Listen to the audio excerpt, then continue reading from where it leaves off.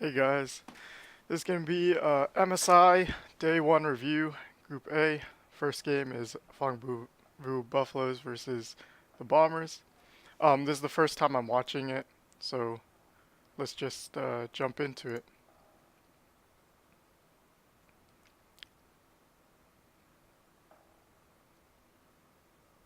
Okay, so the first ban we see is Rek'Sai, which is a little weird coming out of blue side because you could always first pick it.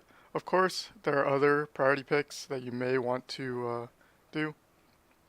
Um, like if you want to first pick Rise or something and you didn't want to give away something like Rek'Sai, then it's okay to ban it. Rek'Sai is probably the strongest early game jungler at the moment, so it's a fine ban. Akali, overall good ban, especially if both the solos play Akali, then you don't really want to let them flex it because they're going to get more than ideal comp. Silas ban is kind of interesting. You can ban it if you want to play specific comp where you really don't want the Silas to be able to take the ult.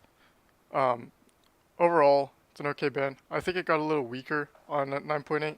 This is also my first time reviewing any 9.8 patches, so I might be a little bit like this is the first time anyone's seen pro play at 9.8. So uh, yeah, we're gonna have to see what these teams kind of figured out with the meta that we don't really know.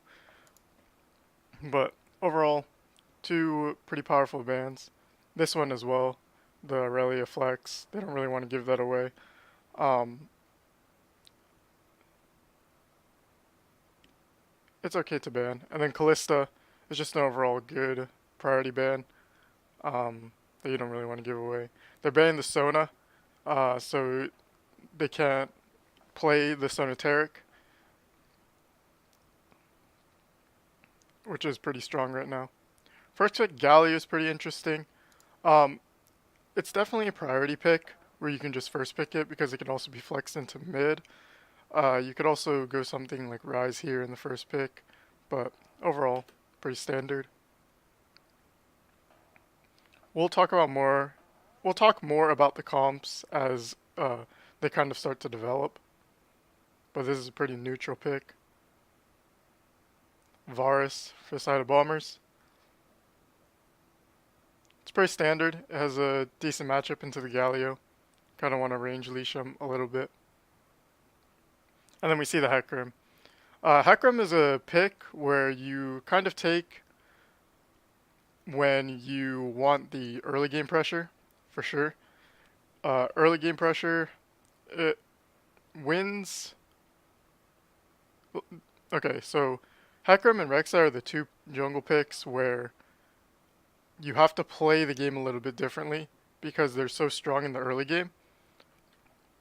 Uh, Rek'Sai is a little more troublesome. Probably the best jungler on the patch because he doesn't fall off as much as Hecarim, where Hecarim tends to fall off a lot. They have a pretty good combo with Varus Hecarim. They don't really show too much of their comp, so these are two neutral picks. But I'm not a big fan of Hecarim because you mostly have to go Triforce. So if you stop the early snowball and you focus him in fights, he becomes neutralized quite a bit. He also falls off quite hard in the later stages of the game, in my opinion. So they counter with J4, which is a fine counter pick. This is also pretty neutral, and then you get the Galio J4 combo, which is very good. And then Jace, this is a flex pick for sure. Very strong top lane pick. Um, One of the only blind pickable tops that will get a decent matchup, pretty much no matter what. This pick can also be top as well, but when you see Poppy, I think more likely that it's not top. So Hecarim can also be flexed to the top lane, which I think it's a little bit better in, because he gets the gold income he needs for Triforce. He doesn't have to bet his jungle item, etc. And then we see the Rise ban, which is a really standard ban. I'm surprised that no team puts priority on it here because it could be flexed in both lanes. Braum, kind of a weirder ban. But I guess they're pinching the support pool because they don't know where the Hecarim will go. Um, I mean, I guess it's pretty obvious that's going to the jungle when they pick Poppy. But it's kind of weird. These two bans, perfectly standard bans. This is most likely, the Jace is most likely going into the top lane. So you can kind of count on that. And then LeBlanc is very good in the early game. It's pretty good with J4 as well. And the Rise ban is just an overall good ban, especially against what this team comp, the Bombers want to do. It's like you don't really want to be forced into the 1-3-1 too hard here because you don't really want a team fight, but then the Varus kind of has to go mid, especially against this comp because of the Jarvan. You can't burn flash every time. Going to the side lanes is, or in a long lane is probably just, like it's probably not a great idea to push up all the way in the side lane as AD carry. So, Thresh pick, very good. This kind of, I guess they're going for poke, and then the Galio and Jarvan disengage. Depending on what ADB they pick, I'll kind of say if I like it or not. Okay, so this is kind of more weird because they're going full poke here, which I'm not a huge fan of with the champions they have. I guess what they're thinking is the Galio can prevent the engages because if they get engaged on, we can just press Galio, and then the Jarvan uh, has decent disengage as well. So I guess what they're kind of going for is this poke comp. And they don't really have to worry about the splish push too much with the Poppy here. But overall, it's pretty hard to play these kind of comps that are full poke. Syndra.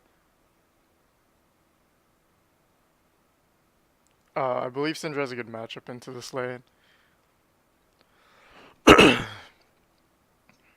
So both teams kind of want to group up. Side lanes are kind of weak, which I don't really like. Like you don't really want Zoe in the long lane. You don't really want Syndra in the long lane. But I guess the split pushers also got banned. So, I mean, they banned one as well. But it's kind of interesting the comps that these teams went with. I guess they kind of were like, oh, I guess nothing got banned, so we can pick these champs. But this requires high precision. This is like, you have little room for error when you pick a poke comp, because when you get pushed, you can't really poke.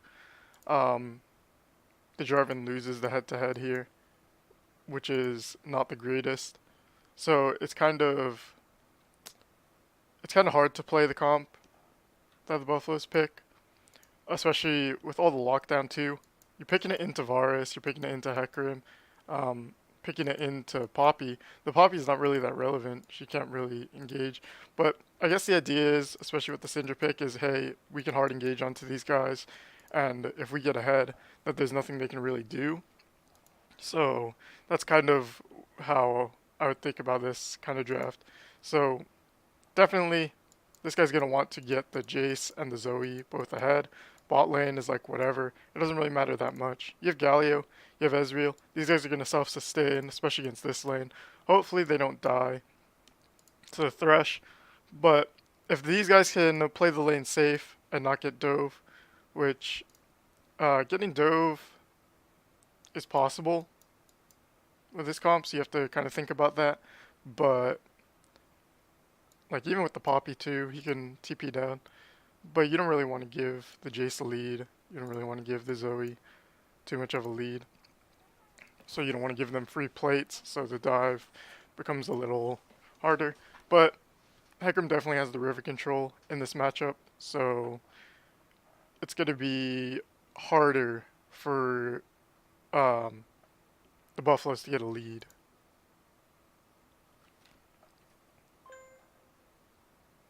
I expect to see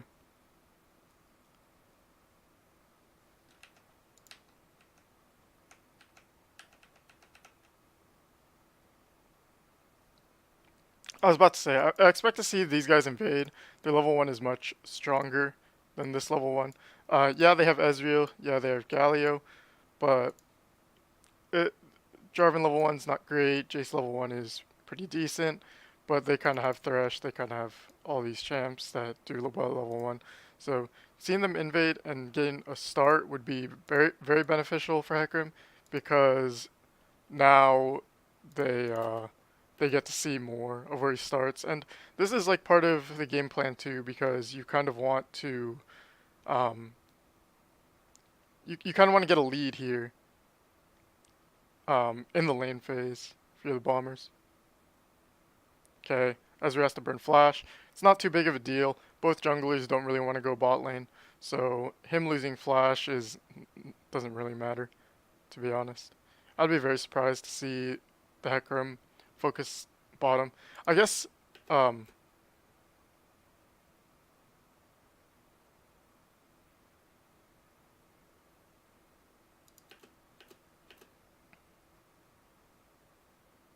I guess what's happening now. This is kind of interesting because they didn't want to. Okay, so what's basically happening here is they wanted to check. I don't know why this didn't get warded, to be honest. Actually, I don't know the field of view. It probably did get warded, but or somewhere around this area got warded. But what's basically happening is the Bombers don't want to force the vertical here because when you think about their game plan, they want to be focusing top, they want to be focusing mid. So because of that, they don't want to have to vertical jungle at this point, which is what would be forced if they gave up this red buff here. Um, he would just go back to blue side, and then he would want to retake the red. Otherwise, he gained 3 buffed, which would be pretty disastrous. So he wants to start on this side so he can come here and come get the scuttle control as well. He doesn't really have to go for scuttle control, but he doesn't really want to be focusing bot. Even though they have no flash, it's just not the easiest lane to gank. So this is kind of what's going on here. Uh, really interesting. He knows he can't walk into red because he feels like he's going to get pressured off.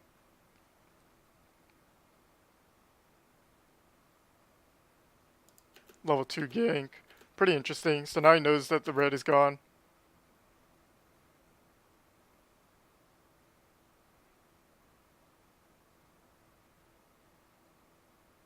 Lots of action going on in the top lane, surprisingly. Okay, so this is pretty bad for the Bombers because their pick that should be winning just got pressured off pretty much everything.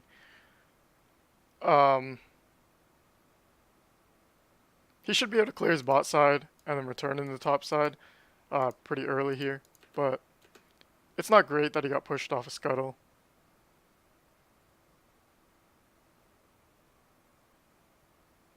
He's looking for this gank here because the wave is pushing this way, so he feels pressured to be up. Otherwise, he misses way too much CS.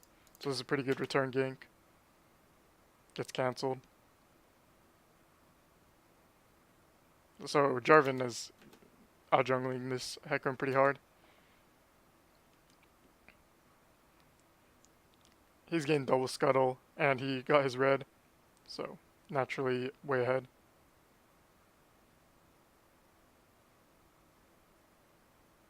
So they know that all that happened. That's the thing, is you're gonna know that Jarvan's gonna start going towards bot side. So if I was this Hecarim, I think a recall is pretty good. Come here, hit top, because you know the Jarvan isn't gonna be on this side because his natural pathing is to go towards bot side here. And you don't really want to counter, like you don't have to counter gank this lane over here, because with the way the lane is, he could just be like, hey, I'm gonna go top side, hard shove this in, the Jarvan's on his blue, and then let this push back, which would be a perfectly fine strategy.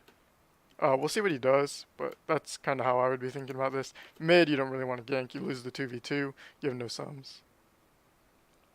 I mean, I guess top has no sums too. Even more reason to recall though. Kind of interesting he doesn't do his Gromp. See, so now they do get this off. Uh, Really weird slash bad decision to be touching these creeps. Just let this bounce back. Kind of a micro thing, because now you're gonna be up in the lane where the Jarvan wants to gank. So if they let this bounce, but now they have to commit to pushing, because if these guys don't auto the next wave, then it's going to push in. So now these guys are getting zoned off more than they should, unless they're playing a base here after this wave, but still really risky to be doing it like this.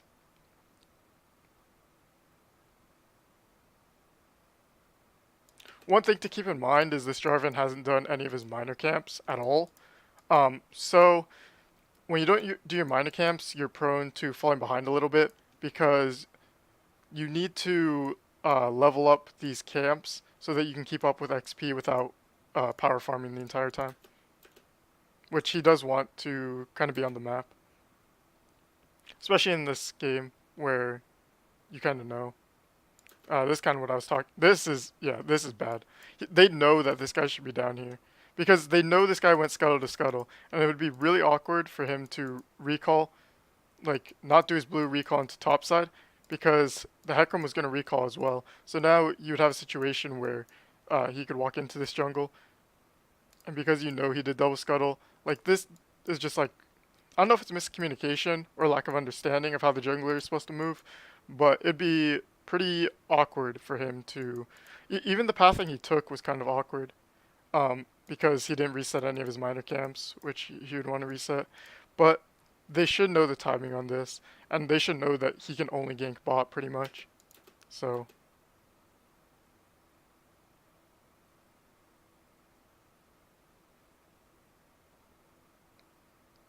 okay, yeah, that is a huge mistake. Now this game where you want to open up, which you should have an even bot lane because it's Ezreal. You're way behind now. So this is just this is really bad by them. They're also going to give the Ezreal CS. So they have a sum lead and they lose. So this is like, I knew that they were probably going to die when they kept attacking that wave because I knew they didn't really understand the jungle pathing was bot, like, is going to get ganked here pretty much no matter what. They almost got kills, but it's like you're putting yourself in a position where you have to outplay. And you pretty much were never getting jungle help, so I just think it's really bad for them to do that, especially when their team comp is, hey, just don't let the game get a lead, we can hard engage, we don't really have to do so much of this, like, bullshit where we need to get a lead naturally. Like, you definitely, maybe not outscale is a good word, because even game is definitely not in your favor, but this is just massive mistake. Maybe you say, oh, he almost killed him, but as I said, like, you have to outplay. So, I mean, I'm not too worried about them because they shouldn't see a return gank all too often. This Jarvan still is ignoring his minor camps, which is pretty concerning. But he's definitely out pressuring the Hecarim. I guess he just sees the gank opportunities, and he decides, hey, uh, like, these camps are never going to be taken, so we can just do this. This is dumb. This Hecarim should not be ganking this lane. It works out because these guys overcommit. These guys were out. If they just left, they say, hey, we got advantage top, like, we don't really need to fight here. They 100% live, so it's really, he really got baited in to trying to make something happen there. But as I said, this gank should not have worked. This Hecarim should not be here. I guess it works out, but it's not great. The thing is this Varus is going to be able to CS no matter what against Ezreal, so you don't really need to hit this lane is the problem. Like, he needs to hit the mid lane and the top lane because those are the lanes that are definitely going to be more of a problem. Um, he hasn't even counter ganked this Jarvan before. This wasn't a counter gank. This was initiated. I mean, I guess you pick Thresh, so you think, hey, let's try to win. But the problem is, think about team fights here. Varus, it's kind of hard to hit all these champions for him. So really, all he's killing is their front line, and their front line doesn't even really want to interact. They want to be used as disengage because they have these poke champions. So it's really awkward that they're trying to get this Varus ahead. You could say, oh, they got a free kill, but this gank shouldn't have worked. These guys should play back. It's like pretty obvious to me. It's like just forcing.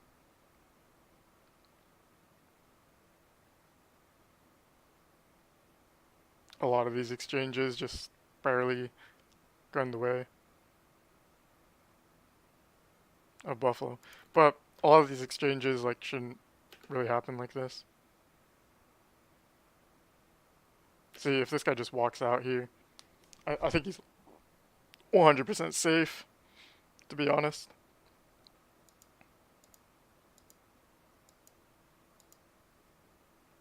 And that's just overcommitting. I mean, he's already committed. As soon as he turned back at all, he's committed. Cloud Dragon doesn't matter at all.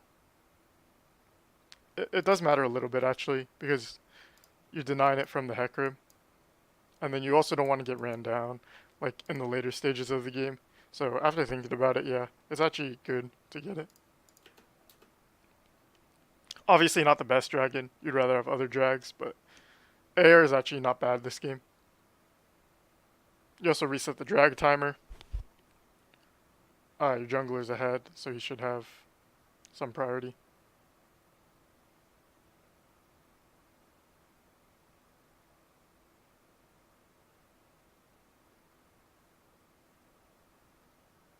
He's 6, so maybe he's looking for a dive. He has to scout. He has no idea where the Jarvan is, that's the problem. So he has to scout here before doing anything. Now he comes up and looks for this dive. I expect it to work. Yep. So that was good. Now they're getting collapsed on. Really awkward for Syndra to base there unless he got really chunked out. They kind of have to fight here. They were caught. So the dive works out, but the coordination is off because the Syndra bases right when this guy's trying to roam. I'm going to look and see if he got chunked out, and that's the reason why he based. But he should really be pressuring there in case of a roam. So we can see she's out of mana is the problem. So, okay. So this kind of play, you should be communicating with your team like, hey, this Zoe can roam. I can't stop her. I'm out of mana. Do you really want to do this dive? And if you do want to do this dive, you know he has flash. So you know he's probably going to live a little bit longer than he should. So it's just like a situation where you should 100% be aware that this guy can roam when this guy's out of mana. Lack of communication is what it looks like.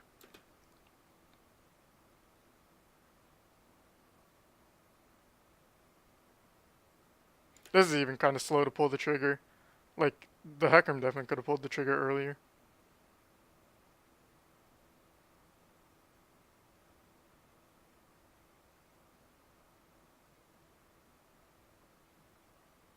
Then this, yeah, they just kind of have to fight. I don't think they can escape.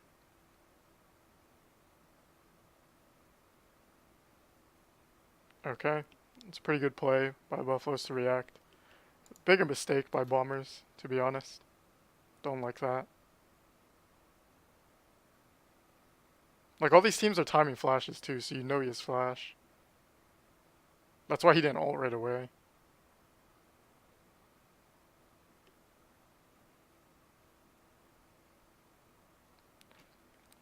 So I would say at this point, this game is very in favor of Buffaloes. Very, very in favor of them. It's going to be extremely hard for Bombers to win this game when you give this team an early lead, when they shouldn't be getting leads. Bot was an absolute, like, That was a mess. 100% should not die.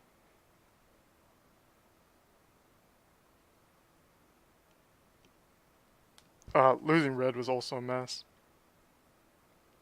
They couldn't win the level 1 with those 3 champions though. So,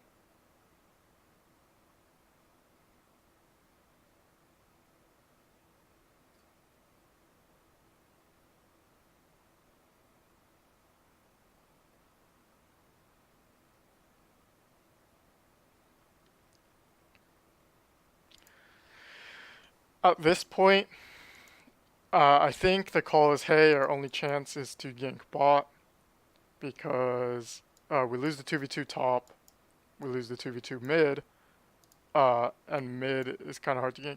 I'd really have liked to see more, um, sorry, more middle map control. We've seen none of that from the Bombers, so it's pretty interesting. Maybe there's something I don't know, and these guys are like really good at bot lane, and they want to play through them. But if that's the case, you don't draft like this. Well, drafting like this is okay, but you got to kind of know that this kind of draft is possible. The thing is Jace was kind of a neutral pick in the draft, so it's kind of hard to say.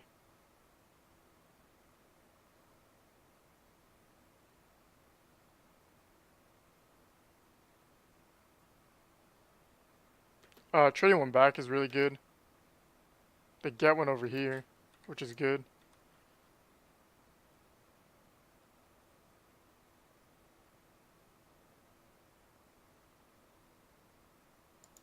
So they just get the hook. Very easy that this play fails.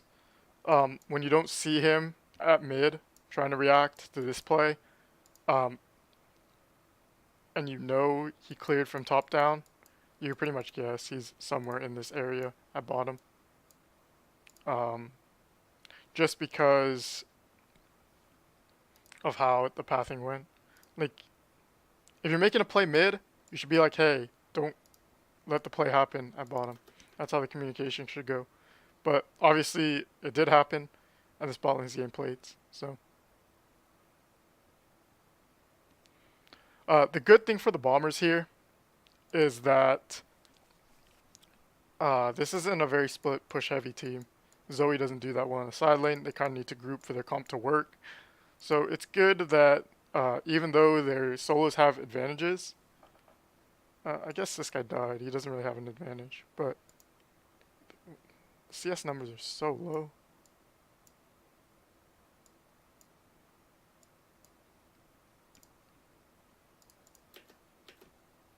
I guess it's kind of been a fiesta, that's why too. This Jarvan's had a lot of pressure as well. Okay, that's really good. Oh, just kidding. I thought they would live there. This is, like, pretty... The lane you decided to camp is barely ahead. So, now this game is really hard to win if you're the Bombers. Like, that was pretty obvious from the very first part of this game. Your mid has no flash too. The Poppy isn't really strong enough to commit side lane pressure to. As you can kind of see, like, they have no care in the world for Poppy farming here. They just want to group up. They're strong. Jace doesn't have a spike yet, but he's getting there. The Zoe is insanely strong. Ezreal needs a few more items, but it doesn't really matter because they outpace anyways. So it's a good play by them. I assume they make this play to get drag as well.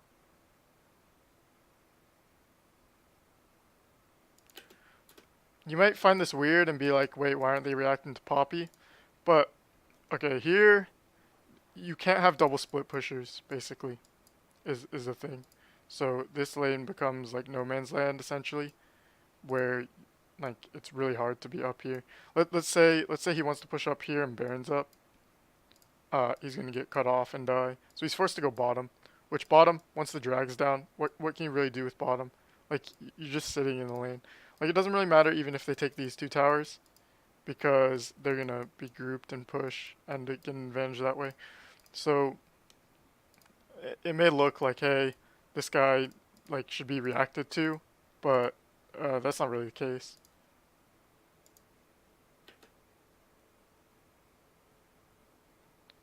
If they had a different comp, should he be reacted to? Most definitely.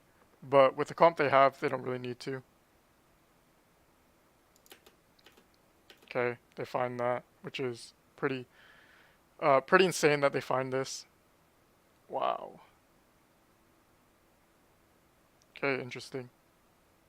Those guys were just kind of disrespecting.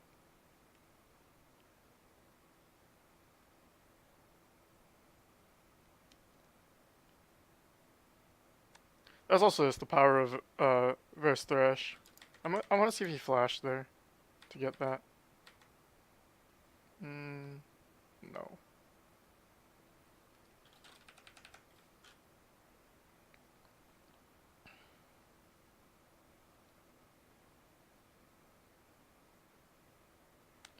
It's good that they're trading. I think. I think it's good. I really want to know how much gold this Jace has. I'm almost certain to buy Black Cleaver.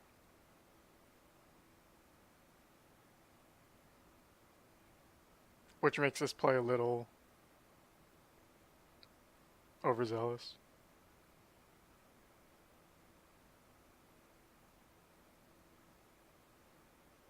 Okay, here's what should have happened in my opinion, after thinking about it a little bit. If the Jace has Black Cleaver, once this play goes down,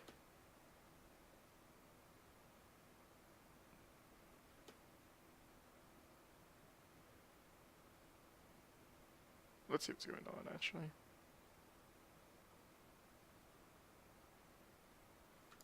Let's see how early we can do this.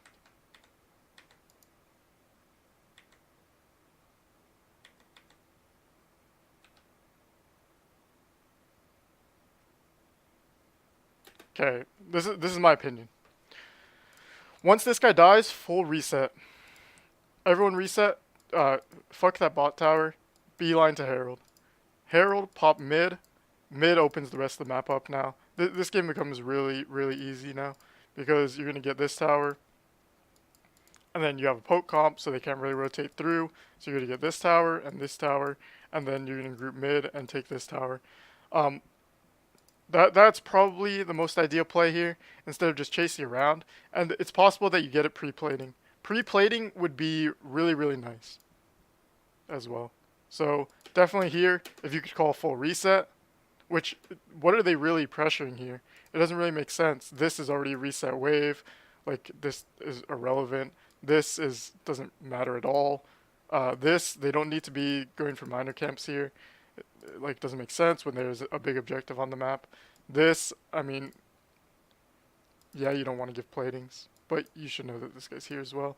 This is like less of a problem, honestly, because even if it's just 4 here and the Ezreal still sits here, and you might say, hey, like, I need my item, because I'm fucking weak, then okay, sure, that's fine. But in the bigger picture of things, just send everyone to Herald here, pop mid, come take these towers because you're ahead, and then don't let these guys ever engage and you just group 5, walk around the map.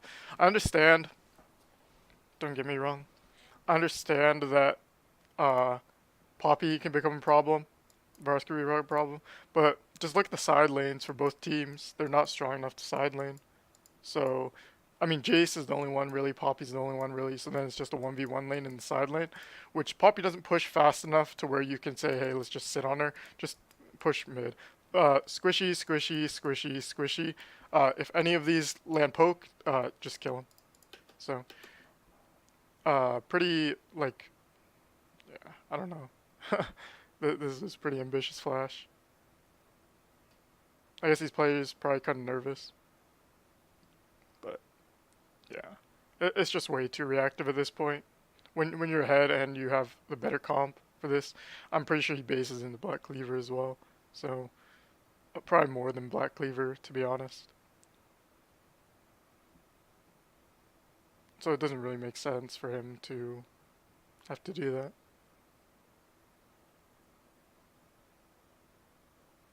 This guy get chunked out. Okay, Run Herald here. I don't know why they're really obsessed with, uh, okay. This guy still hasn't based. Okay, I really just don't get it. This guy hasn't based, this guy's basing, these guys are pushing up. Like, the map cohesion is just so off. Like, they're just forcing this. They don't even get anything out of this at all. Like, what do they get off of this kill? Maybe tower? Probably not. Maybe Herald. They get that anyways on a reset. So it makes no sense to be going for these kind of plays. Especially in a game where you don't want it to extend too far. Because eventually this team... Okay, it's a far out, like 40 minutes. This team will outscale, and you won't be able to kill them anymore. But you have this whole, like, 15 to 25, 28-minute window. Especially when you're this ahead. Probably 28-minute window where you just absolutely slaughter this team. So you need to be pushing your own agenda and not be, like, randomly running around the map so much. I'm gonna speed this up a little bit because this game, like all the important stuff already happened. We're gonna see it play out. It's gonna be fine. It's especially hard for them to be behind and walk into Herald with Zoe Jace as real. So, something to keep in mind.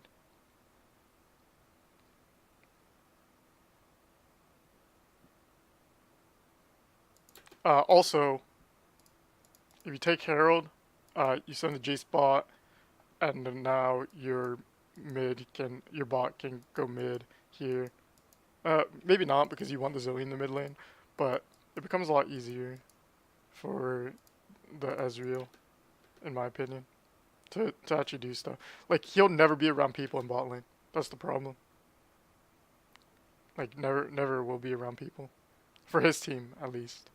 Because it's just, like, not a spot in the lane where you want to be. Okay, they get Herald. They're going to pop him mid here because they just chunked out the Syndra. Yep. The Poppy's coming to react.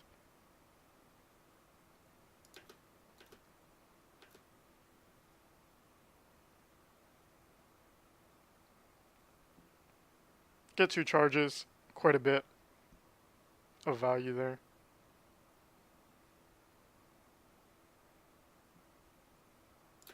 Really, like, I don't like this. Why are you focusing bot lane? Makes no sense. I mean, I understand, yeah. Like, this lane can't do anything, this lane can't do anything. I want to go for, like some kind of play. But this is just over-aggression, to be honest. This isn't calculated at all. Like, what they get here is what they already get. So, that's the biggest problem that I have here. Cloud, yeah, you want to deny it. So, reset here. Like, you should just do your camps, reset, and then walk mid together. Get someone to set up this wave, probably the Jace. Like, you honestly do not care about this tower at all. Let the Poppy have it. You have TP, he can't go too far. And you absolutely slaughter the 4. The 4 here you absolutely slaughter. So, that's, like, the biggest thing. So, really, like, hey, like, fuck this tower here. Have the Jace set up this wave here. Push in mid S4. Rotate drag, rotate to this tower. Or either way. You can rotate to this tower, then rotate drag. And then once that happens, you go back mid. If the Poppy's still top, you just push up mid. Take this tower. This tower's low enough to take. And then you keep your Jace bot. I guess he doesn't have the pushing power on Poppy, but it doesn't really matter at the same time because you're going to have TP. TP, control this side of the river as well as all this. Push in mid, get someone to set up this wave, go top, take top, and then if you have this tower, then you do the same thing with these. Pretty simple. I mean, easier said than done, right? But if you have a pink strategy, these pinks are good. You rotate into here, take the drag. Now this is the only objective that's up. By the time all this happens, it's around it's around like 19 minutes. Set up Baron pressure. You have a mountain, which is relevant. They can't walk into you.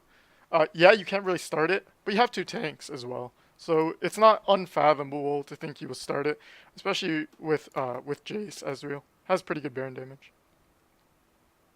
Of course, um, there are other things that you could do, but that seems to be the best. Okay, reset here. Full reset, which is good. Let's see what they end up doing, though. I don't get it. I want to see how much gold this Jace has, because I feel like he always has 1,000 gold in pocket, which is not great. So reset is botched, for sure. Makes no sense. This is a really good drag to deny as well, Hecarim.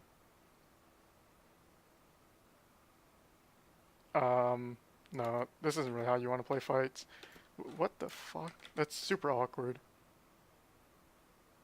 I don't get why the call was here. Maybe it's hey, give drag. I guess maybe the call is.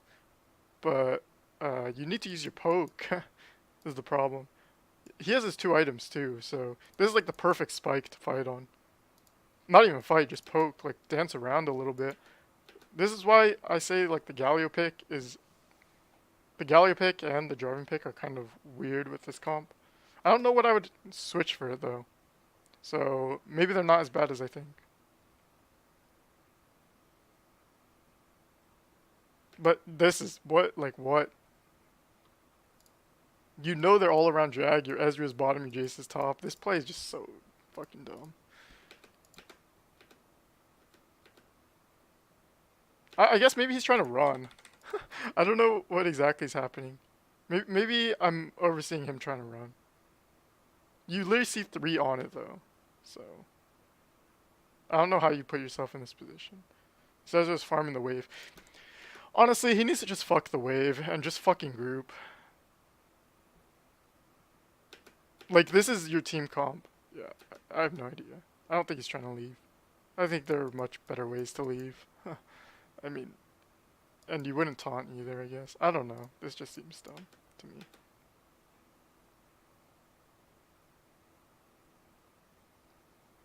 Okay, the Jace gets a free tower. Does not matter.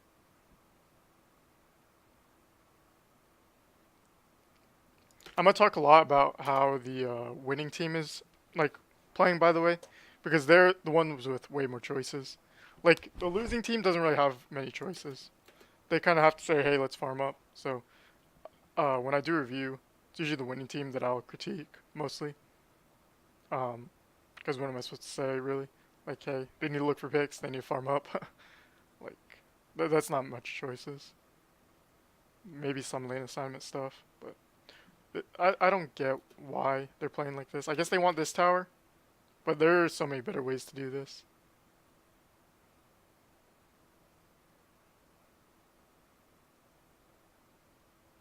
Okay, kind of overcommit there.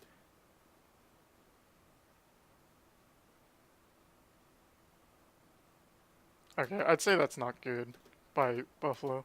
I'd say like this. Yeah, I just say it's not good. It's kind of a product of the other team messing up, so that's why it worked. But in a theoretical sense, it should not have worked like that. Like, look at this overcommit. Why? Like, your Varus is already dead. Why are you committing to this fight? It makes no sense. It also, like, the net objectives that you get from taking this fight is 0. You need to just sit, farm up. Like, you don't have to force this. Your Syndra's not even there. This guy's already TPing in. Like, oh, it's just so bad. Both teams are pretty uncoordinated. I would have expected to see more side lane stuff happening on this patch, but we saw the draft and the side lane was not really a priority. So, okay. Now they're setting up Baron for sure, which is fine, I guess.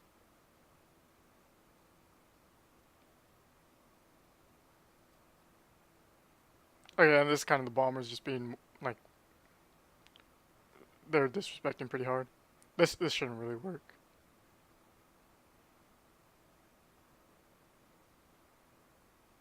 In a theoretical sense, I know it works a lot of the time. it's obviously a lot more pressure playing on stage, not having the vision. Like seeing that I have like all the vision. So usually when I do review for teams, I'll just have my fog view on. Gives me a better sense of what's happening. But this one in particular, I can't choose to have one point of view. I just kind of think what kind of vision they have. Like it makes no sense though. Like even with no vision, like why are you up here? You don't need to do anything but sit in base.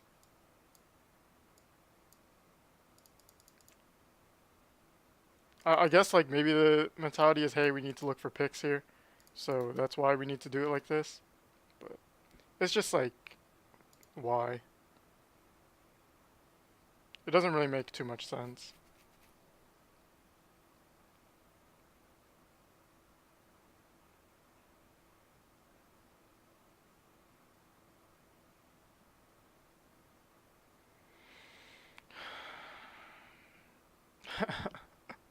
I don't get it. Just group up. You have poke. You don't like look. That's so easy. You don't need to. I guess the mentality is, hey, we need to shove this in so the wave will bounce. But this guy's fixing the wave anyways, so I don't really understand like a lot of what they're trying to do. Maybe I just like not used to it, but analysis like I'd say Buffalo's not playing great this game in particular. Kind of like going against what their win conditions are.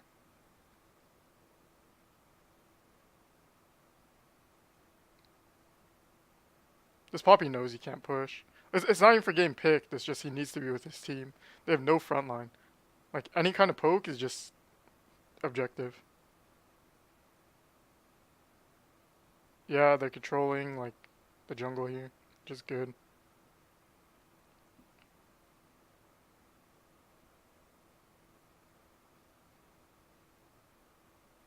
This they just have to disengage. The Jace wants to farm. I mean, all these guys want to farm.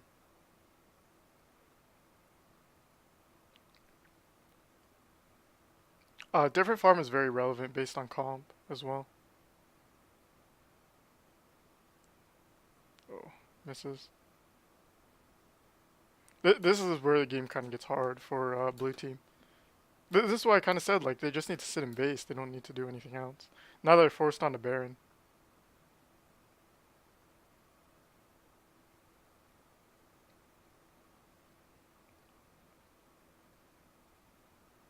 Okay, they commit to Baron, which is fine. Um, what do they do now?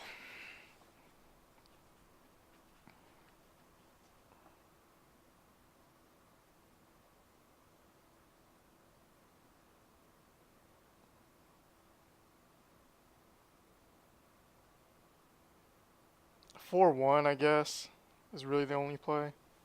So, probably four down mid. See,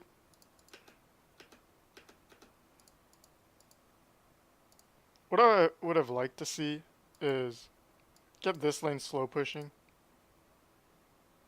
Okay, so it's probably gonna happen anyways.